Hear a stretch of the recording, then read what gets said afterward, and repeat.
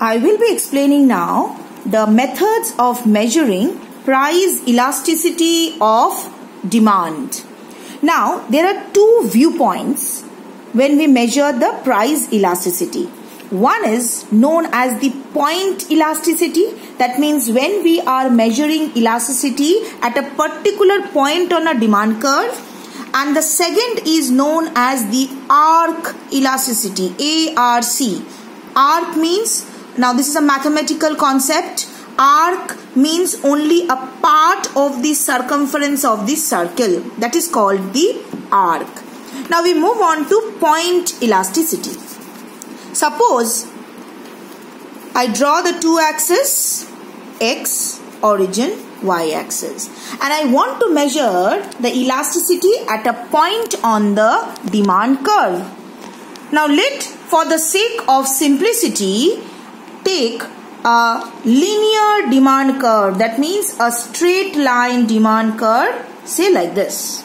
Now what we will first do? We will extend this line to meet both the axes and say name it D dash. This point is D, this point is D dash. Suppose I want to measure the elasticity at point K. K is the midpoint of this linear demand curve. So I see that there is a lower segment KD dash and an upper segment KD. So what will be the formula of measuring elasticity EP, E subscript small p, at point K? So elasticity at point K will be given by the formula lower segment below the point by upper segment above the point. So what is the formula of measuring EP at a particular point? Lower segment below the point, here the point is K, and what is the lower segment below the point? KD dash by what is the upper segment above the point? KD. Now look here, since K is the midpoint, so KD dash must be equal to KD. That is why the value of numerator and denominator is same and the result is 1. Why? Since KD dash is equal to KD because K is the midpoint.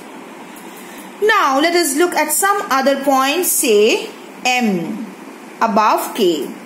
Similarly, what will be the elasticity at point M? Lower segment, what is the lower segment from M? MD dash. And what is the upper segment? MD. But now MD dash, that is the lower segment, is greater than the upper segment. That is the numerator greater than the denominator. So this value is 1. That means EP is greater than 1 since MD dash greater than MD. And here, when EP is greater than 1, we call it elastic demand.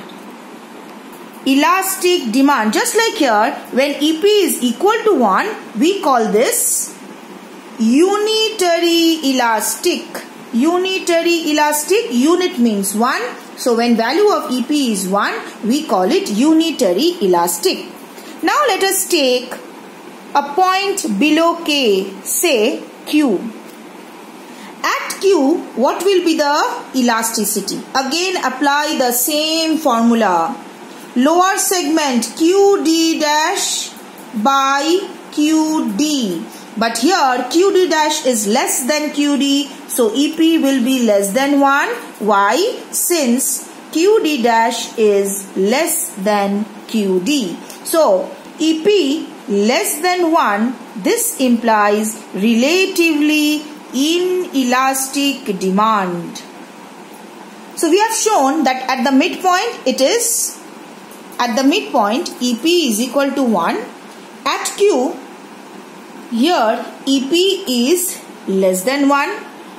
At M, EP is greater than 1. Now what about these 2 points, D dash and D?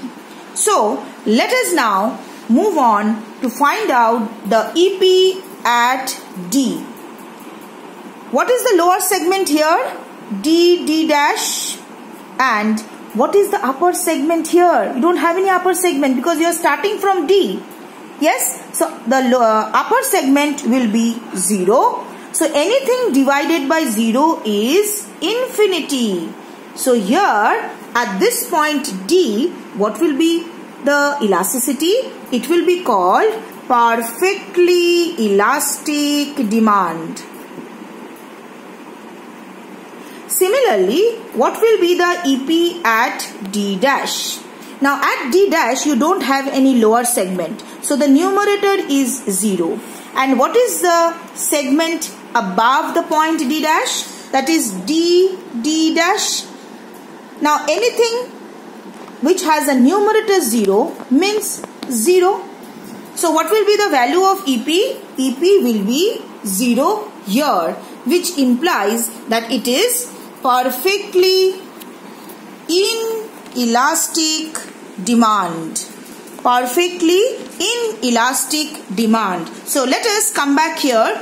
We see that at point D you have what? At point D EP is equal to infinity, and at point D dash EP is equal to 0. So we have shown how the elasticity or the price elasticity will vary at different points on a linear demand curve, applying the formula lower segment below the point divided by upper segment above the point.